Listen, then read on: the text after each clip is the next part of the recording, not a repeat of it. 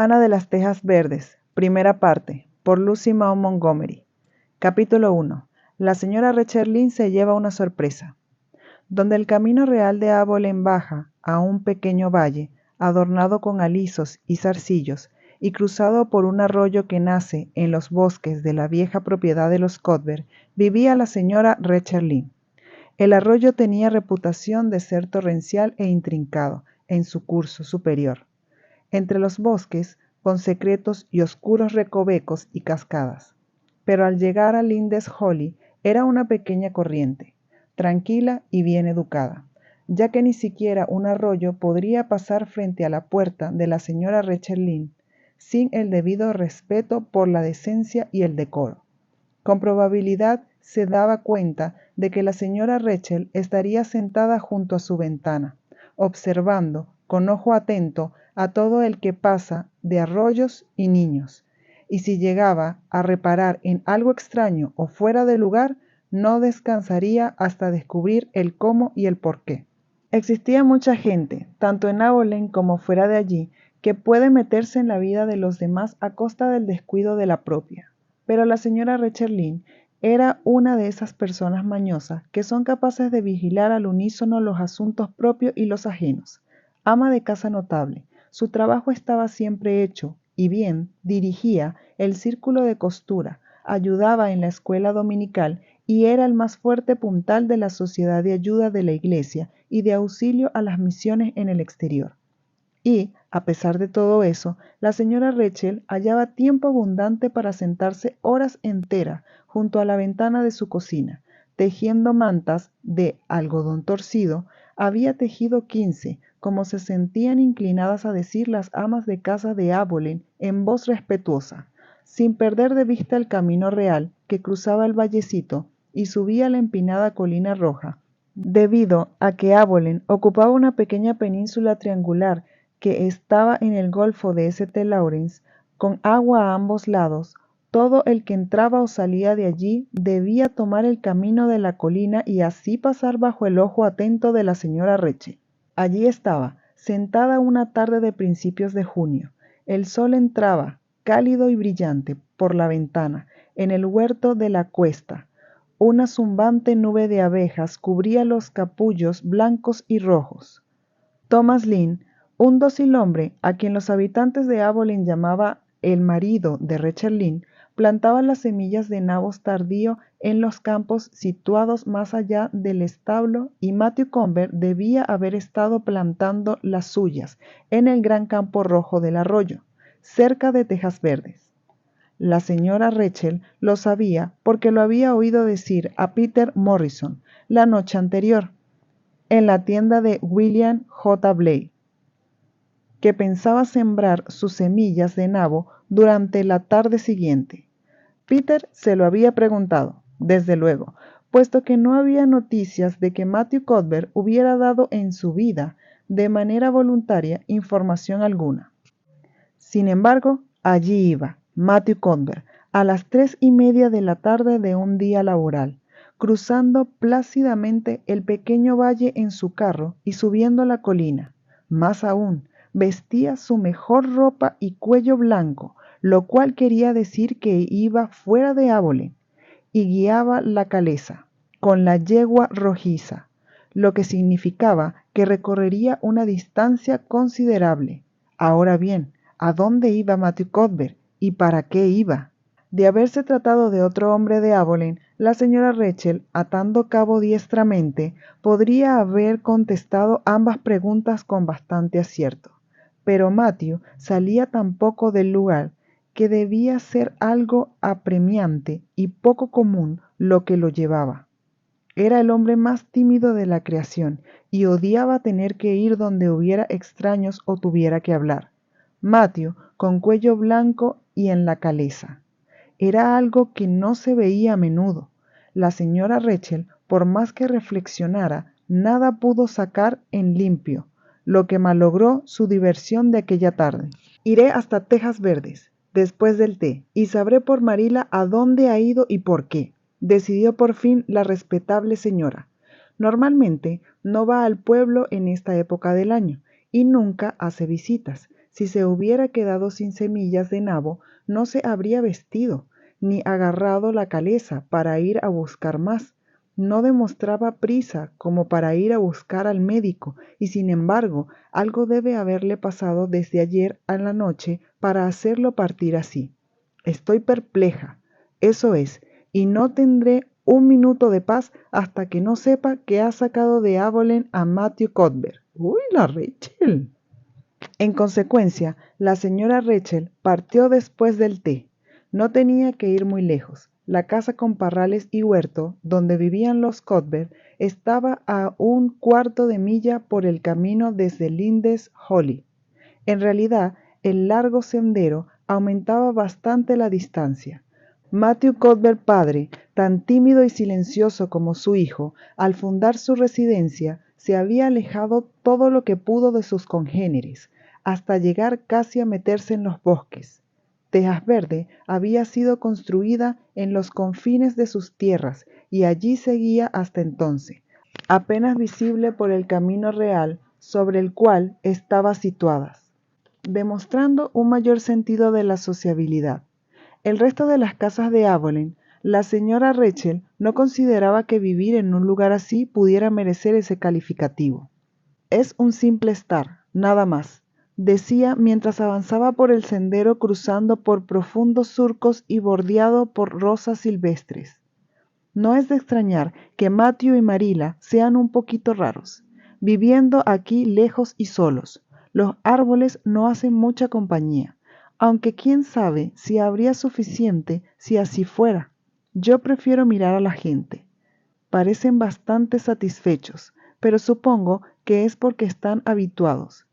El cuerpo se acostumbra a todo, hasta a que lo cuelguen, como decía un irlandés. Pensando esto, la señora Rachel dejó el sendero y entró en el patio trasero de tejas verdes. Era un jardín muy verde, bien cuidado y ordenado, con grandes sauces a un lado y primorosas casuarinas al otro. No había ni un trozo de madera ni una piedra, ya que, en caso contrario, la señora Rachel las hubiera descubierto. Tenía la opinión de que Marilla Cuthbert barría el jardín tan a menudo como ella su casa. Se podría haber comido algo caído al suelo sin necesidad de quitarle la mínima mota de polvo. La señora Rachel llamó de manera cortés y entró en cuanto la invitaron a hacerlo. La cocina de tejas verde era un lugar alegre, o lo hubiera sido de no estar tan dolorosamente limpia. Sus ventanas daban al este y al oeste.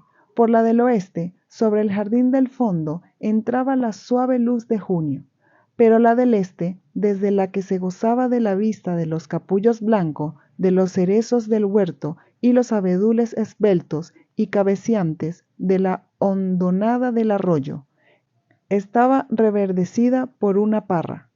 Allí se sentaba, cuando lo hacía, Marilla Cuthbert, siempre desconfiada de la luz del sol, que le parecía demasiado danzarina e irrespetuosa para un mundo destinado a ser tomado en serio.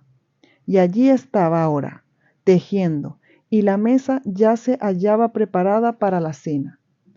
Antes de haber terminado de cerrar la puerta, la señora Rachel ya había tomado nota mental de todo lo que había sobre la mesa. Eran 3 platos, de manera que Marilla debía estar esperando a alguien que vendría con Matthew a cenar. Pero los platos eran de diario y con solo manzanas agrias en almíbar y una única clase de pastel. Por lo tanto, la visita esperada no debería ser extraordinaria. Entonces, ¿a qué venía el cuello blanco de Matthew y la yegua rojiza? La señora Rachel casi se mareaba ante este extraño misterio en la tranquila y poca misteriosa Tejas Verdes. Buenas tardes, Rachel, saludó Marilla enérgica. Es una tarde muy hermosa, ¿no es cierto? ¿No quiere tomar asiento? ¿Cómo están los suyos? Entre Marilla Cuthbert y la señora Rachel existía desde siempre algo que, a falta de mejor nombre, podía llamarse amistad, a pesar, o quizá a causa, de su diferencia. Marilla era una mujer alta y delgada, angulosa y sin curvas. Su cabello oscuro dejaba entrever algunas hebras grises y siempre estaba amarrado en un pequeño moño con 2 horquillas clavadas. Tenía el aspecto de una mujer de mente estrecha y conciencia rígida, y así era. Pero había una cierta promesa en sus labios que, de haber sido un poco desarrollada, podría haber sido indicativa de sentido del humor. «Estamos todos bien», respondió la señora Rachel, «aunque, al ver partir a Matthew, temí que quizá ustedes no lo estuvieran. Creí que a lo mejor iba a buscar al médico». Marilla hizo una mueca de comprensión. Esperaba a la señora Rachel. Suponía que ver la partida intempestiva de Matthew iba a ser demasiado para la curiosidad de su vecina. «Oh, no, estoy bien, aunque ayer tuve un dolor de cabeza terrible. Matthew fue a Green River. Esperamos a un chico de un orfanato de Nueva Escocia y llega en el tren de esta noche». La señora Rachel no se hubiera sorprendido más si Marilla le hubiese dicho que Matthew había ido a Green River a recibir un canguro de Australia. Quedó muda durante 5 minutos. No podía suponer que Marilla se estuviera divirtiendo a su costa, pero la señora Rachel casi se vio obligada a creerlo. «¿Lo dices en serio, Marilla?», preguntó cuando recobró la voz. «Por supuesto», respondió Marilla, como si recibir chicos del orfanato de Nueva Escocia fuera parte de la tarea común de primavera en cualquier granja bien administrada de Avonlea. La señora Rachel sintió que había recibido una fuerte impresión. «Un chico. Marilla y Matthew Cuthbert adoptando un chico. De un orfanato. Vaya, por cierto que el mundo andaba patas arriba. Después de esto, nada podría sorprenderla. Nada».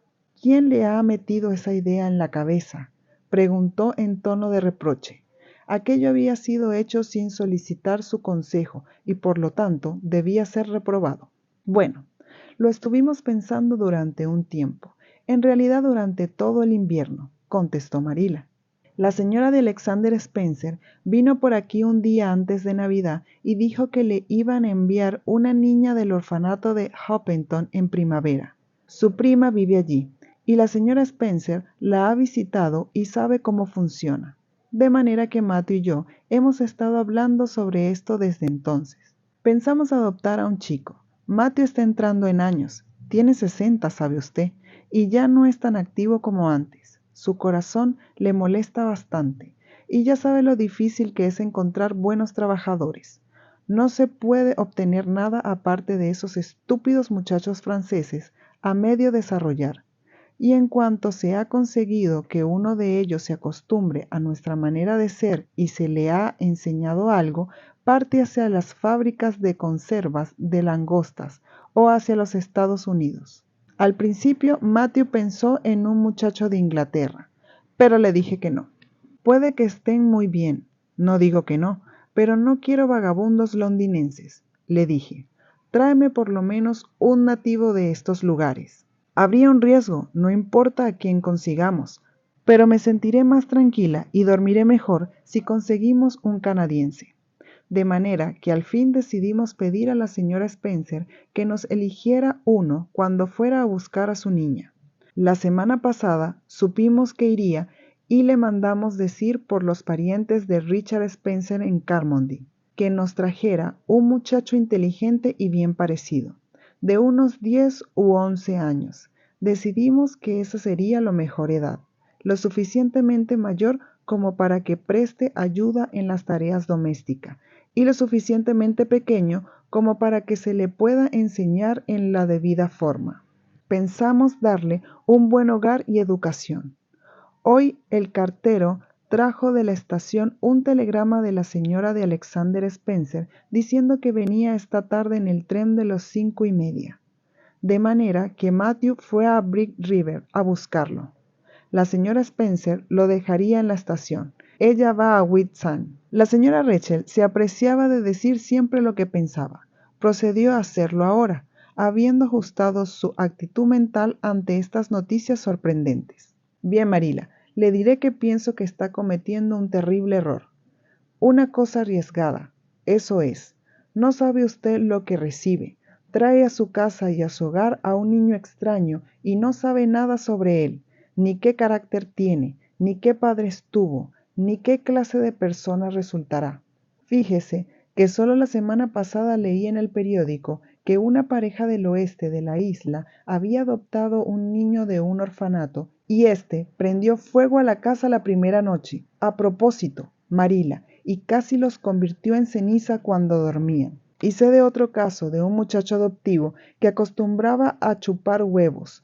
No pudieron conseguir que dejara de hacerlo. Si me hubiera pedido consejos sobre el asunto, les habría dicho que hicieron el favor de no pensar en tal cosa. Eso es. Este consuelo de Job no parecía ni alarmar ni ofender a Marila, que siguió tejiendo tranquilamente. No niego que haya algo de verdad en lo que dices, Rachel. Yo misma he tenido algunos escrúpulos de conciencia, pero Matthew estaba decidido, de manera que cedí. Es tan raro que Matthew se empecine en algo, que cuando lo hace siempre siento que es mi deber ceder, y en lo que se refiere al riesgo, lo hay en casi todo lo que uno hace en este mundo.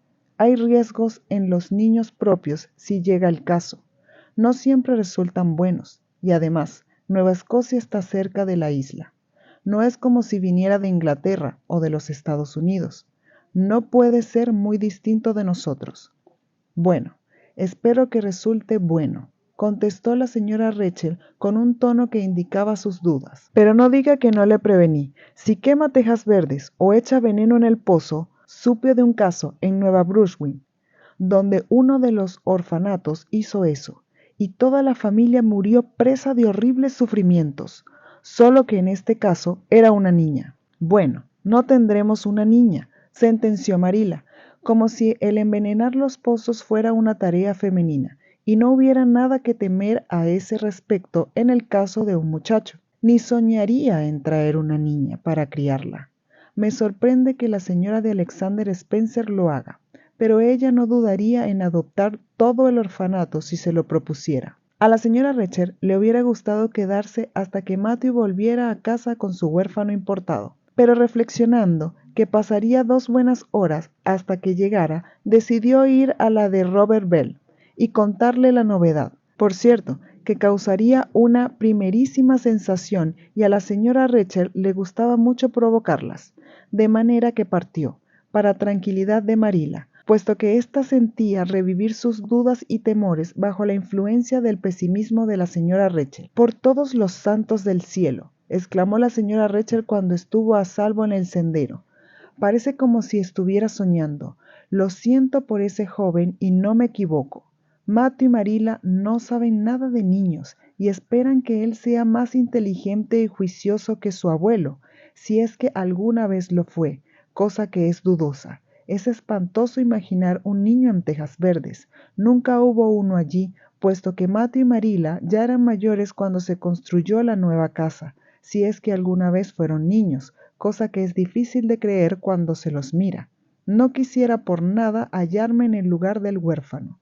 Lo compadezco. Así es. Eso dijo la señora Rachel a las rosas silvestres, de todo corazón, pero si hubiera podido ver a la criatura que esperaba con paciencia en la estación de Brick River en ese mismo momento, su piedad hubiera sido aún más profunda.